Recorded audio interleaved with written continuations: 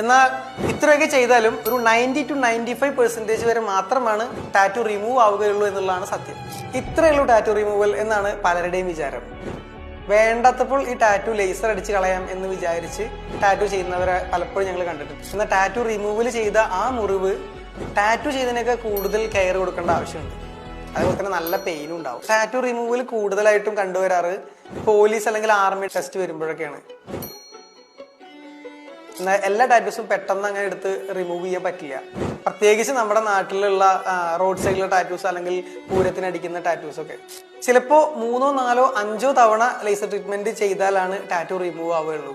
അതും ഒരു തവണ കഴിഞ്ഞതിന് ശേഷം അടുത്ത സെഷൻ എന്ന് പറയുന്നത് ചിലപ്പോൾ 15 ദിവസം മുതൽ 45 ദിവസം വരെ വെയിറ്റ് ചെയ്യേണ്ടി വരും.